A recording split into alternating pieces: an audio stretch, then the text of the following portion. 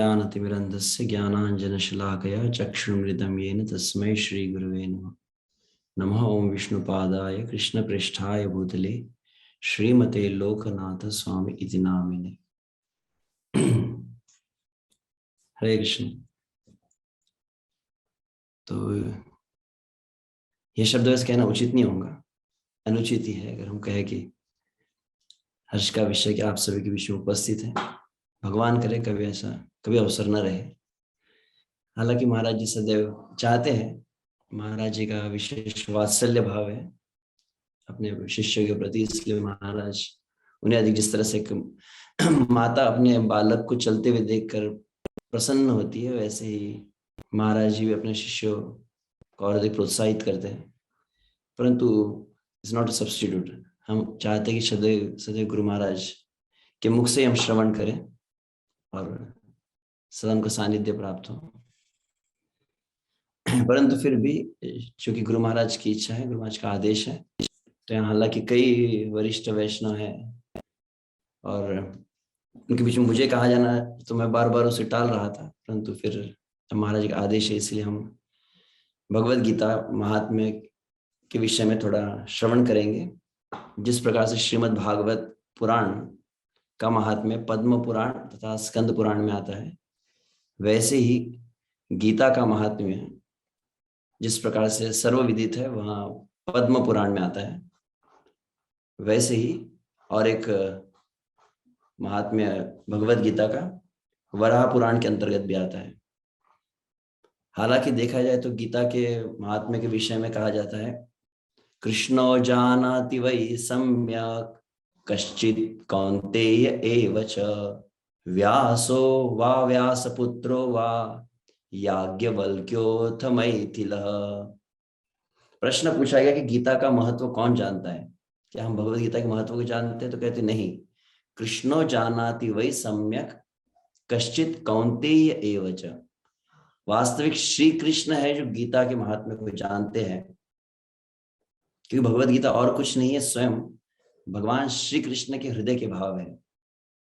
जिस प्रकार से हम यहाँ पर सदैव गुरु महाराज के हृदय की भावनाओं को सुनते हैं, जिसे मन की बात कह सकते हैं, वैसे भगवान श्री कृष्ण अपने भक्तों से जब प्रेम करते हैं और अपने भक्तों के प्रति जो वात्सल्य भगवान का है, जो भक्त वत्सलता है, अपने भक्तों के गुणों को स्वयं भगवान जब महिमान्वित करते हैं, वह है भगवत गीता। तो भगवत गीता और कुछ नहीं है, अगर स्पष्ट शब्दों में कहा जाए तो भगवान श्री कृष्ण के हृदय का भक्तों के प्रति जो प्रेम है वह भगवत गीता है। और श्रीमद् भागवत क्या है? तो श्रीमद् भागवत भक्तों के हृदय में भगवान के प्रति जो प्रेम होता है वह है भागवत। तो भगवान श्री कृष्ण के हृदय का भक्तों के प्रति जो प्रेम है वह गीता है। भक्तों के हृदय में जो भगवान के प्रति प्रेम है वो भागवत है। और उन समस्त भक्तों में सबसे श्रेष्ठ है श्रीमती राधा रानी। और श्रीमती राधा रानी के हृदय में जो प्रेम है वह है श्री चैतन्य चरितामृत। इस प्रकार से इन तीन ग्रंथों के विषय में कहा जाता है। तो यहाँ पर सुत शौनक उवाच, सुत शौनक संवाद में कहा जा रहा है कि कृष्ण जानाति वै सम्यक् कश्चित् कौन्तेय एव च। कुछ वास्तविक देखा जाए तो भगवान श्री कृष्ण इस गीता के महात्म्य को जानते हैं, और कुछ प्रमाण में देखा जाए तो अर्जुन जानते हैं। व्यासो वा व्यासपुत्रो वा याज्ञवल्क्योऽथ। श्रील व्यासदेव जानते हैं, व्यासपुत्र सुखदेव गोस्वामी जानते हैं, याज्ञवल्क्य और मैथिल, मैथिल मतलब जनक महाराज, अन्ये श्रवणतः श्रुत्वा लोके संकीर्तयन्ति च तस्मात् किंचित दामाद्य व्यासास्य यान्मया श्रुतम। सुत गोस्वामी यहाँ पर कह रहे हैं, और अन्य लोग जो अन्य श्रवणतः श्रुत्वा, सुनी सुनाई बात जिसे कहा जाता है, अन्य जितने भक्त है वो सुन सुनकर इसका वर्णन करते जैसे हम कर रहे हैं। अतएव वास्तविक कौन जानते? तो श्रील व्यासदेव जो जानते वही सबसे श्रेष्ठ प्रमाण कहा गया। तो उन्हीं के शब्दों में यहाँ पर वराह पुराण में भगवान और पृथ्वी माता के बीच जो संवाद है वहां पर भी गीता महात्म्य को बतलाया गया है। जहां पर पृथ्वी माता ने यह प्रश्न पूछा था भगवान से, नारायण से, भगवान परम ईशान भक्तिर अव्यभिचारिणी प्रारब्धम भुज्यमानस्य कथम भवति हे प्रभो। पृथ्वी माता धरो उवाच कहा गया। धरा मतलब पृथ्वी माता श्री हे भगवान परम ईशान, हे परम भगवान, भक्ति अव्यभिचारिणी, आपकी अनन्य भक्ति, अव्यभिचारिणी भक्ति हम कैसे कर सकते हैं। विशेष रूप से किन के लिए पूछा जा रहा है? प्रारब्धम भुज्यमानस्य, जो अपने प्रारब्ध का भोग भोग रहे हैं इस संसार में, ऐसे लोग कैसे वास्तविक भगवान की अनन्य भक्ति प्राप्त कर सकते हैं। तभी अब ये भगवान के स्वयं अपने वचन है, इससे श्रेष्ठ कौन महिमा बता सकता है। श्री विष्णु उवाच, भगवान विष्णु कह रहे, प्रारब्धम भुज्यमानो ही गीता अभ्यासरतः सदा, स मुक्तः स सुखी लोके कर्मणा न उपलिप्यते। कितने सुंदर वचन है। प्रारब्धम भुज्यमाना मतलब अपने प्रारब्ध को भोगते हुए एक विशेष कार्य आपको करना है। कौन सा? गीता, इसके साथ में 3 शब्द जोड़े गए, गीता अभ्यास रतः सदा। केवल गीता नहीं कहा, गीता का पढ़ना नहीं है, गीता का अभ्यास कहा गया है। अच्छी प्रकार से जब आप उसको आत्मसात करते अपने जीवन में, गंभीरता पूर्वक जब उसको, जिस तरह से विद्यार्थी अपने पाठ्यक्रम को पढ़ता है, वैसे जब आप भगवत गीता को पढ़ते हैं, और क्या अभ्यास नहीं, अभ्यास के रतः, रतः शब्द का अर्थ होता है आसक्त होना। आसक्ति तो समझा, जैसे कोई इस संसार में भी तथाकथित व्यक्तियों के बीच में जब प्रेम हो जाता है पुरुष स्त्री में, तो आसक्ति ऐसी हो जाती है कि इतना आसक्त हो जाता है कि अगर वो उसका विछोह हो जाए तो वो प्राण त्यागने के लिए तैयार हो जाता है। गीता अभ्यास जीवन में जब इतना अधिक होने लगे कि गीता अभ्यास ना हो तो जैसे जल के बिना मछली व्याकुल हो जाती है, वैसे हमारी व्याकुलता हो जाए, उसको कहा गया रतः।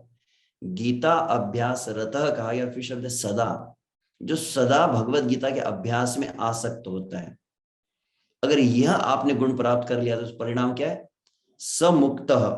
पहला शब्द भगवान कह रहे हैं वो मुक्त है, जीवन अवस्था में जीते जी वह मुक्त हो जाता है। समुक्त स सुखी लोके, तो मुक्त भी है और प्रारब्ध भोगते समय प्रारब्ध का प्रभाव भी उस पर नहीं होगा, क्योंकि वो सदैव प्रसन्न रहता है। और कर्मणा नोपलिप्यते, और कर्म का बंधन उसे कभी भी नहीं लगेगा। कितनी विशेष, इससे श्रेष्ठ महिमा क्या कही है। तो ऐसे कई वचन है। महापापादि पापानि गीता ध्यानम करोति चेत क्वचित स्पर्शम न कुर्वन्ति नलिनी दलम अम्बुवत। दूसरा वहां पे वो दृष्टांत देके भगवान बतला रहे, जिस प्रकार से कमल का पुष्प जब जल में रहता है तो जल का जो कमल का पत्ता होता है वह जल को स्पर्श नहीं करता, उसी प्रकार से पहला शब्दों को ध्यान से समझा जाए तो भाव को आप समझ सकते हैं। पहला था कि गीता अभ्यास रहता सदा, सदा गीता के अभ्यास में आसक्त हो। दूसरा शब्द यहाँ पर है गीता ध्यानम करोति चेत, तो पहला तो अभ्यास कहा गया, दूसरा गीता आपके ध्यान, आपका चिंतन का विषय बन जाए। गीता के जो भगवान के वचन है इसका जब ध्यान करने लगते हैं, महापापादि पापानि क्वचित स्पर्शम न कुर्वन्ति, कितना सुंदर शब्द है। बड़े से बड़ा पाप स्पर्श नहीं कर सकता उसे, मतलब गीता का ध्यान आपके जीवन में बुलेट प्रूफ जैकेट बन जाता है। गीता का ध्यान करने से पहली चीज मुक्त हो जाता है, दूसरा व्यक्ति सुखी रहता है, कर्म से वो लिप्त नहीं होता, और आगे कहा जा रहा है पाप उसको स्पर्श नहीं कर पाते। और जिस घर में नियमित रूप से भगवत गीता रखी जा रही है, भगवत गीता पढ़ी जा रही हो, उसकी क्या महिमा उस स्थान की। गीताया पुस्तकम यत्र पाठ प्रवर्तते तत्र सर्वाणि तीर्थानि प्रयागादीनि तत्र वही। जहां पर केवल भगवत गीता को रखा जाता है और नियमित रूप से पाठ, एक था कि आसक्ति के साथ में उसका अभ्यास करना, दूसरा था ध्यान था। इतना नहीं करे, कम से कम पाठ तो करे। और केवल कोई गीता का पाठ जिस घर में होता है तत्र सर्वाणि तीर्थानि, समस्त ब्रह्मांड के तीर्थ एक साथ उस घर में वास करते, इतना वो पवित्र स्थान बन जाता है। क्या इतना ही नहीं, ठीक है पाठ नहीं करते, कम से कम गीता रख तो दो। केवल गीता रख लिया तो फिर कितना परिणाम। सर्वदेवाश्च ऋषयो गिना पन्नगाश्चये गोपाल बाल कृष्णोपि नारद ध्रुव पार्षदै सहायो जायते शीघ्रम यत्र गीता प्रवर्तते। संस्कृत जो जानते होंगे थोड़ा बहुत समझ गए होंगे। यत्र गीता प्रवर्त, जहां पर गीता केवल विराजमान की गई है, सहायो जायते शीघ्रम, वहां पर उस जीव को मदद करने के लिए तुरंत आ जाते। कौन आते? सर्वदेव, ऋषि, योगी, समस्त नाग, गोपाल बाल कृष्ण अपि, साक्षात गोपाल कृष्ण आ जाते हैं, और नारद ध्रुव पार्षद, भगवान के समस्त भक्तगण उस जीव की सहायता करने के लिए तत्पर हो जाते हैं जो केवल अपने घर में गीता को विराजमान करता है। अब प्रश्न आता है कि यहाँ पर गीता का प्रचार भी इतना कर रहे हैं भक्त लोग, इसके विषय में कुछ भगवान कहे हैं? हाँ, यत्र गीता विचारश्च पठनम पाठनम श्रुतम, जहां पर गीता का विचार किया जाता है, मतलब गीता के शब्दों पर विचार करें, आपस में चर्चा हो रही है, जैसे भगवान कहते हैं बोधयन्तः परस्परम, और साथ में पठनम पाठनम, जैसे भक्ति शास्त्री कोर्सेज वगैरह आदि होते हैं, जहां पर गीता का विचार किया जा रहा है, गीता को पढ़ा जा रहा है, गीता को पढ़ाया जा रहा है, और सब भक्त बैठकर गीता को सुन रहे हैं।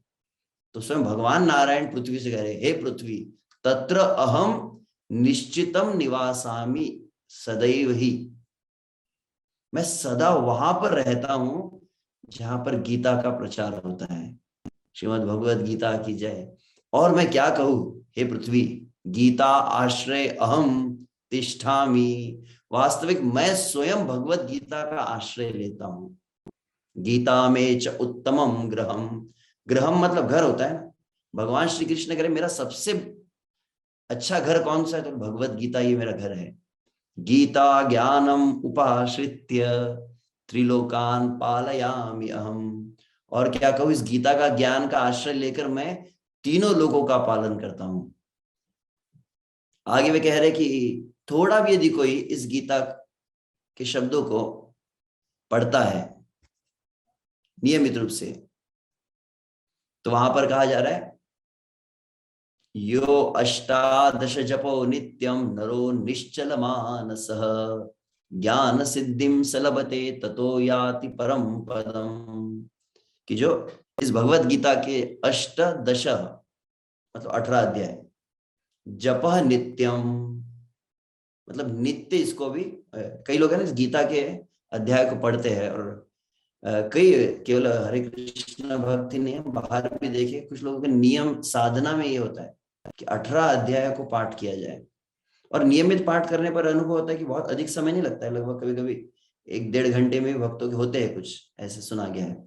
तो निश्चल मानस, एकदम स्थिर मन से जो गीता के 18 अध्याय के पाठ करता है, ज्ञान सिद्धिम से लभते, वास्तविक ज्ञान की सिद्धि उसे प्राप्त हो जाती है। ज्ञान की सिद्धि क्या है? वासुदेव सर्वम इति स महात्मा सुदुर्लभम, भगवान जो गीता में कहे ज्ञान की सिद्धि है कि श्री कृष्ण ही सर्वस्व ही है, जान लेना। अतः यदि कोई पूरा पढ़ नहीं पाता है, 18 अध्याय नहीं 9 अध्याय अगर पढ़ लिए, तो पाठ असमर्थ संपूर्ण तत अर्धम पाठम आचरेत, पूरा पाठ न करते हो आधा ही अगर पाठ कर ले, तो गोदान जम पुण्यम लभते नात्र संशय, गोदान का पुण्य प्राप्त होता है केवल 9 अध्याय यदि आप पढ़ रहे हैं। अच्छा 9 अध्याय भी नहीं हो पा रहे, ठीक है 3 में डिवाइड कर देते हैं, 6-6-6, पहले दिन आपने 6 अध्याय किए, दूसरे दिन 6 अध्याय, तीसरे दिन 6 अध्याय, इतना अगर आप पढ़ लेते तो त्रिभागम पठमा पाठमा नस्तु गंगा स्नानम फलम लभेत। अच्छा उतना भी आपने कर दिया तो फिर कितना होगा, गंगा में जाकर आप हरिद्वार, अभी ठंड में तो ऐसे स्नान के विषय में न कहा जाए परंतु केवल आपने 6 अध्याय नियमित रूप से पढ़ लिए तो गंगा स्नान का फल मिलता है। वास्तव में कल्पना नहीं कर सकते कि कितना बड़ा सौभाग्य है इस गीता को हम जब अपने जीवन में प्राप्त किए श्रील प्रभुपाद जी की कृपा से। अच्छा इतना नहीं, 3 अध्याय तो कर सकते हैं, 3 अध्याय नहीं तो 3 अध्याय मतलब 6 भाग हो गए ना, फिर षडशम जपमानस्तु सोम याग फलम लभेत, और केवल 3 अध्याय आपने पढ़ लिया, प्रातः काल उठे आप जब केवल 3 अध्याय को पढ़ लिया, सोम यज्ञ आदि जो होते हैं इनका फल प्राप्त होता है।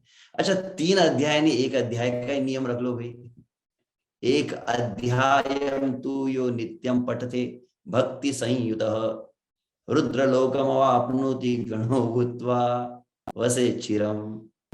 कोई नुकसान नहीं इसमें भी। एक अध्याय नियमित पाठ करे, वो रुद्र लोक को, शिव जी के सानिध्य को प्राप्त करता है। कल्पना कर सकते हैं, यहाँ पर हम गुरु महाराज के सानिध्य में नाम जप करते हैं, साक्षात शिव जी जो निरंतर राम रामेति रमे रामे मनोरमे सहस्त्र नाम तुल्यम राम नाम वरानन। रुद्रम, रुद्रम मतलब जो निरंतर भगवान के प्रेम में, भगवान का नाम कीर्तन में क्रंदन करता हो, उसे रुद्र कहते हैं। शिव जी के नाम की व्याख्या में इस बात को बताया जाता है। ऐसे शिव जी का सानिध्य उसे प्राप्त होता है जो केवल गीता का एक अध्याय पढ़ लेता है। अच्छा, अध्याय न पढ़े, एक श्लोक तो पढ़ लो भाई। अध्याय श्लोक पादम व नित्यम य पठते नरः से याति नरताम यावन मनवंतर वसुंधरे। कितनी विशेष बात कही आपने। केवल एक नियम रखा कि गीता का एक श्लोक ही मैं पढ़ लूंगा प्रतिदिन। इतना भी यदि कर लिया तो कहा जाता है मनवंतरम। मनवंतर मतलब जानते हैं, जो लगभग 71 चतुर्युग का एक मनवंतर होता है। इतने काल तक ये निश्चित है कि वो मनुष्य योनि से नीचे नहीं गिरेंगे कभी। ये बहुत बड़ी सिद्धि है। ये अभी निम्न योनि में न जाना, मनुष्यता प्राप्त करना इतना सरल नहीं है, परंतु वह उसे मनवंतर तक प्राप्त हो जाता है। और यदि कोई गीता का अभ्यास कर रहा है तो उसके विषय में पुनः इस बात को है कि गीता अभ्यासतम पुनः कृत्वा लभते मुक्ति उत्तमाम। गीता का अभ्यास से उन्हें उत्तम मुक्ति, उत्तम मुक्ति मतलब प्रेमा भक्ति कहा जाता है, वह उससे प्राप्त होती है। अच्छा, आप पढ़ नहीं पाते, कुछ भक्त गीता के विषय में कहते हैं और आपको सुनने में अच्छा लगता है। केवल आपको पढ़ना नहीं आता हो, परंतु गीता को सुनने में आपकी आसक्ति है। उनके विषय में क्या कहा जाता है? गीता श्रवण आसक्त महापाप युतोऽपि वा वैकुंठम समवाप्नोति विष्णुना सह मोदते। कितने सुंदर शब्द है। गीता के श्रवण में जो आसक्त होता है, गीता सुनने न मिले तो जिसके प्राण निकलने लगे। आज गीता मैंने नहीं सुनी, ऐसी जिसकी जीवन की अवस्था हो जाए, बड़े से बड़ा पापी भी क्यों न हो, गीता के श्रवण में आसक्ति होने से वैकुंठम समाप्नोति, उससे वैकुंठ की प्राप्त होती है। और विष्णु ना सह मोदते, भगवान विष्णु के साथ नित्य लीला विलास में भाग लेता है। हरि बोल। अब मैं पढ़ने जा रहा हूं तो एक एक वचन शब्द खुलते ही जा रहे हैं। गीतार्थम ध्यायते नित्यम कृत्वा कर्माणि भूरिशः। पहला जो श्लोक था लगभग वैसा ही 18वां श्लोक भी है। जीवन मुक्त से विज्ञेयो देहांते परमम पदम, कि जो गीता के अर्थ का ध्यान करता है। एक गीता का श्लोक होता है, इस श्लोक का अर्थ और अर्थों का चिंतन करना, अर्थों का चिंतन करता है। जिस तरह से हम गुरु महाराज के मुख से जो श्रवण करते हैं, हम देखते हैं कैसे गुरु महाराज अर्थों के ऊपर चिंतन करते हैं। तो गीता अर्थम ध्यायते नित्यम, नित्य जो गीता का ध्यान करता है, जीवन मुक्त स, वो निश्चित रूप से सबसे श्रेष्ठ इस संसार का व्यक्ति है, क्योंकि वो जीवन मुक्त है। और आगे वहां पर कहा जा रहा है इसी बात को इस ये शृण्वन्ति पठन्ति गीता शास्त्रम अहर्निशम न तैवै मानुषा गेया देवा एव न संशय। और क्या कहा जाए, जो अहर्निश मतलब दिन रात, सुबह शाम दिन रात क्या करते? शृण्वन्ति पठन्ति गीता शास्त्र, जो गीता के शास्त्र को सुनते हैं और पढ़ते हैं। वास्तविक समझ लेना चाहिए, नते मानुषा, वो मनुष्य नहीं है, सदेवा, वो सब वास्तविक देव है। और आगे वहां पर कहा जा रहा है कि ऐसे जो भक्त होते हैं, यो अधीते सततम गीताम दीवारात्रो यथार्थतः स्वपन गच्छन वदन तिष्ठन शाश्वतम मोक्षमाप्नुयात्। अब क्या कहा जाए, जो निरंतर अधीते सततम, सतत क्या करता है? गीता का दिवारात्र, दिन रात केवल गीता का अध्ययन करता है। किस समय? स्वपन गच्छन वदन तिष्ठन। स्वपन मतलब इतना गीता का दिन भर ध्यान होने लगा कि सपने में भी गीता के वचन आने लगे। गच्छन, गच्छन मतलब चलते समय गीता का ध्यान। वदम मतलब बोलते समय, आप बात कर रहे, संसार में लोगों से व्यवहार कर रहे हो, तो व्यवहार में आपकी गीता आने लगती है, गीता के वचन आपके व्यवहार में आने लगते हैं, बोलने में। तिष्ठन, जहां कहीं आप खड़े रहते, तो सोते समय, चलते समय, बोलते समय, खड़े रहते समय भी गीता के शब्दों का जो यथार्थ, यथार्थ जब चिंतन करता है तो वह शाश्वतम मोक्षम, शाश्वतम मोक्षम मतलब वैसे भगवान की नित्य लीला में प्रवेश करता है। गीता पाठम च श्रवणम यह करोति दिने दिने क्रतो वाज मेरा कृतास्तेन दक्षिणा। ऐसे कई वचन है। अब क्षमा कीजिए, मेरा तो समय हो चुका है, मुझे और भी कुछ अन्य बात कहनी थी। तो ऐसी है गीता की विशेष महिमा, यहाँ पर काफी कुछ बताई गई है। तो हम सभी का विशेष सौभाग्य है कि इस भगवत गीता का हम लगभग पिछले 1.5 महीने से गुरु महाराज जी के सानिध्य में निरंतर इस गीता के शब्दों का चिंतन विचार हो रहा था। और विशेष से गुरु महाराज हम सभी को जो प्रोत्साहित कर रहे थे कि ग्रंथ वितरण, तो संक्षिप्त में केवल मैं कहूंगा, वास्तविक इस बात को इसके पूर्व भी मैंने कहा है कुछ स्थानों पर, जब गुरु महाराज ने आदेश दिया था तब, कि जिस तरह से भगवान के भिन्न भिन्न अवतार होते जो हमें कृपा देते हैं, प्रभु रामचंद्र की कृपा सहजता से सभी को प्राप्त नहीं होती है, क्योंकि भगवान रामचंद्र भी हालांकि वे बहुत करुणामय है, दयालु है, परंतु भगवान क्या कहते हैं, सकृत एव प्रपद्यम तवा अस्मि इति याचते। को एक बार मेरी शरण में आता और क्या कहते हैं, हे भगवान मैं आपका हूं। तो भगवान रामचंद्र पूर्ण शरणागति चाहते हैं। जिस तरह से विभीषण जब आया तो भगवान ने स्वीकार किया, वानरों को भगवान स्वीकार किए, तो प्रभु रामचंद्र जो भगवान को शरणागत होता है उन पर भगवान कृपा करते हैं। वही भगवान श्री कृष्ण के रूप में द्वापर में आए, तो वे भगवान कहे कि ये यथा माम प्रपद्यन्ते ताम सतैव भजामि।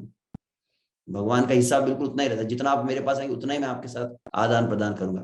और अंततः कहते हैं सर्वधर्मान परित्यज्य माम एकम शरणम व्रज, समस्त धर्मों का परित्याग करके पूर्ण शरण मेरी लो।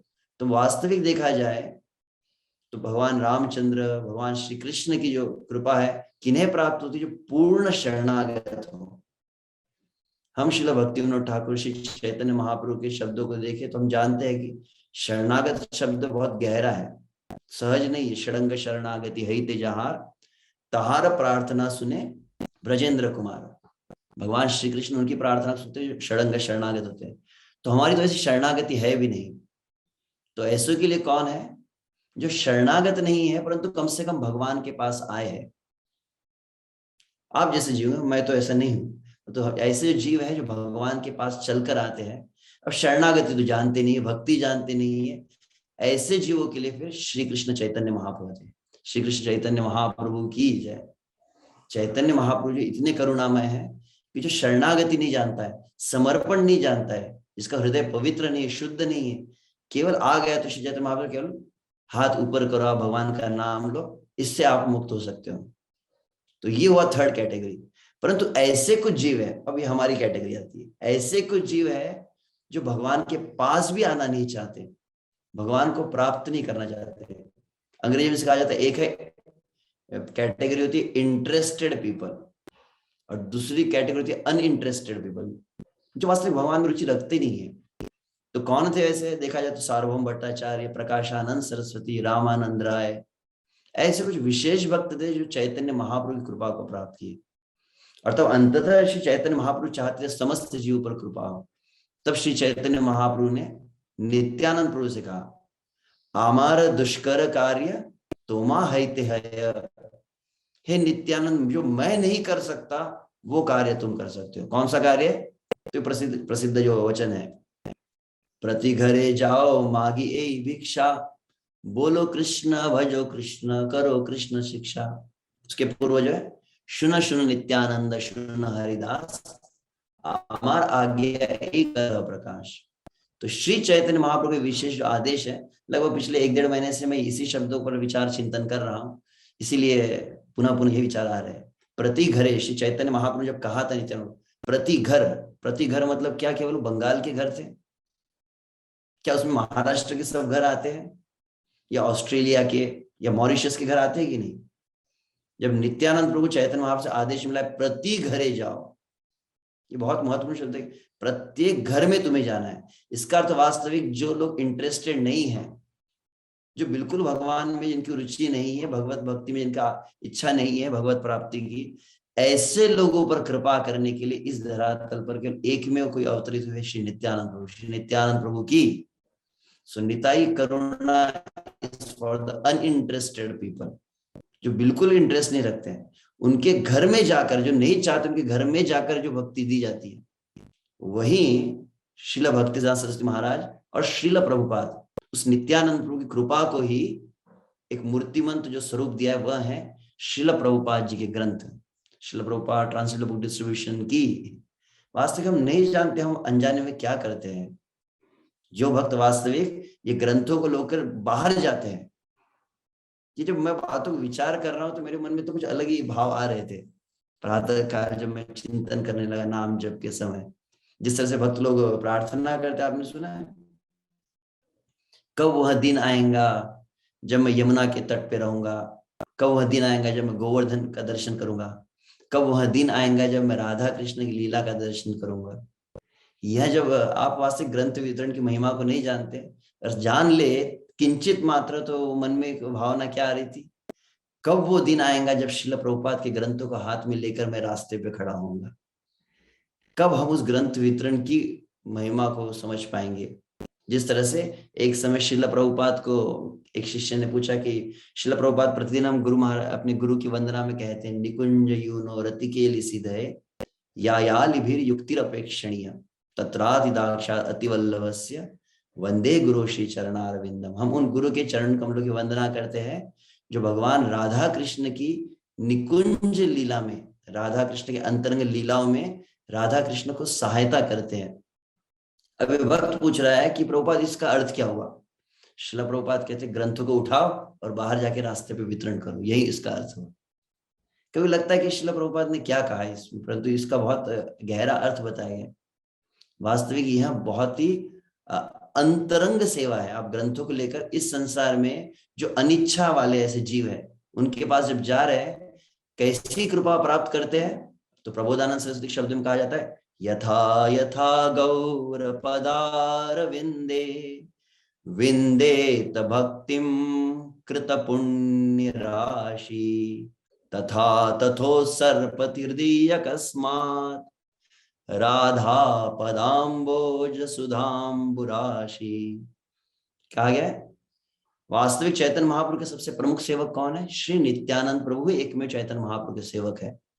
और हम जो है कौन? वास्तविक नित्यानंद प्रभु की कृपा की मूर्ति है श्रील प्रभुपाद जी। और श्रील प्रभुपाद जैसे नित्यानंद प्रभु घर घर गए, श्रील प्रभुपाद भारत को छोड़ के न्यूयॉर्क गए। वास्तविक प्रति घरे जाओ, यही भावना तो नित्य श्रील प्रभुपाद की थी। और जो लोग इंटरेस्ट नहीं रख रहे थे, जिन्होंने इनविटेशन थोड़ी दिया था प्रभुपाद को, वहां पर श्रील प्रभुपाद जाकर इन ग्रंथों को पहुंचाए हैं। तो ऐसी जो श्री चैतन्य महाप्रभु की नित्यानंद प्रभु और श्रील प्रभुपाद के माध्यम से ग्रंथ वितरण की सेवा करता हो, उनके लिए क्या कहा जाता है? तथा तथो सरपति हृदय अकस्मात, अनजाने में बिना किसी प्रयास के राधा पदाम्बोज सुधाम्बुराशि, श्री वृंदावन धाम में श्रीमती राधा रानी के चरण कमलों की निज सेवा का उसको अधिकार प्राप्त होता है।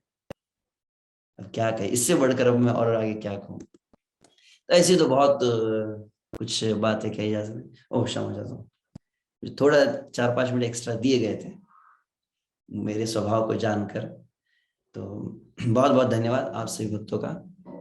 क्षमा चाहते, थोड़ा 5 मिनट एक्स्ट्रा हो गए। हरे कृष्ण कृष्ण कृष्ण हरे हरे, हरे राम राम राम।